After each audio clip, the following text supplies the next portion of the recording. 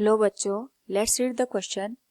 The RMS value of an AC of 50 Hz is 10 ampere. The time taken by the alternating current in reaching from 0 to maximum value and the peak value of the current will be. Here 4 options are given. Now first of all, we will discuss here the key concept, which is alternating current with relation between peak current and RMS current. Now अगर हम बात करें यहाँ पे, first हमें given है इस particular question में. अगर हम गिवन वैल्यूज की बात करें तो फ्रीक्वेंसी हमें गिवन है 50 हर्ट्ज और जो RMS value of current given है दैट इज 10 एम्पियर. नाउ हमें यहाँ पे दो वैल्यूज पूछी हैं. एक तो जो करंट की वैल्यू है वो 0 से मैक्सिमम टाइम तक यहाँ पे जाने में कितना टाइम लेती है, और दूसरा पीक वैल्यू ऑफ करंट पूछा है. तो अगर हम यहाँ पे आरएमएस और पीक वैल्यू ऑफ करंट में रिलेशन देखेंगे, we can write RMS value is I naught divided by √2. तो यहाँ पे जो आई नॉट की वैल्यू है that will become I RMS multiplied with √2. Now अगर हम यहाँ पे बात करें आरएमएस वैल्यू की, it is given as 10 ampere. So it will become I naught equals 10 into √2, और √2 की वैल्यू हमारे पास यहाँ पे दे रखी होती है 1.414. सो जो पीक वैल्यू ऑफ करंट है दैट विल बिकम 14.14 एम्पियर.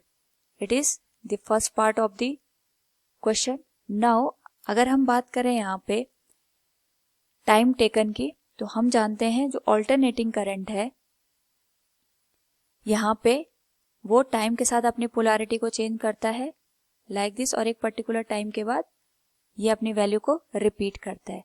तो यहाँ पे अगर हम देखें तो जहां से जो करंट है अपनी वैल्यू को रिपीट करती है, उससे पहले जो टाइम गिवन होता है that is given capital T. इसे हम एक कंप्लीट साइकिल में यहाँ पे जो टाइम पीरियड की वैल्यू है उसे कंसिडर करते हैं. और अगर हम यहाँ पे इस टाइम की बात करेंगे it will be half time, और यहाँ पे अगर हम इस टाइम की बात करेंगे इट विल बी t/4. तो यहाँ पे जो 0 से मैक्सिमम वैल्यू तक जाने में जो टाइम लेते हैं it will be t/4. First of all we will find out the time period.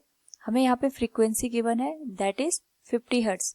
तो हम कह सकते हैं 1/t इक्वल्स 50 और t इक्वल्स 1/50 सेकेंड.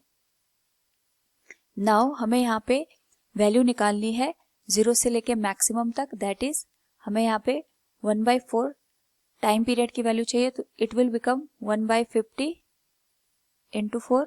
तो जो टाइम की वैल्यू है इट विल बिकम 1/200. तो we can say from here जो 1/4 टाइम की वैल्यू है it will become 5 into 10⁻³ second. So we can say from the given question that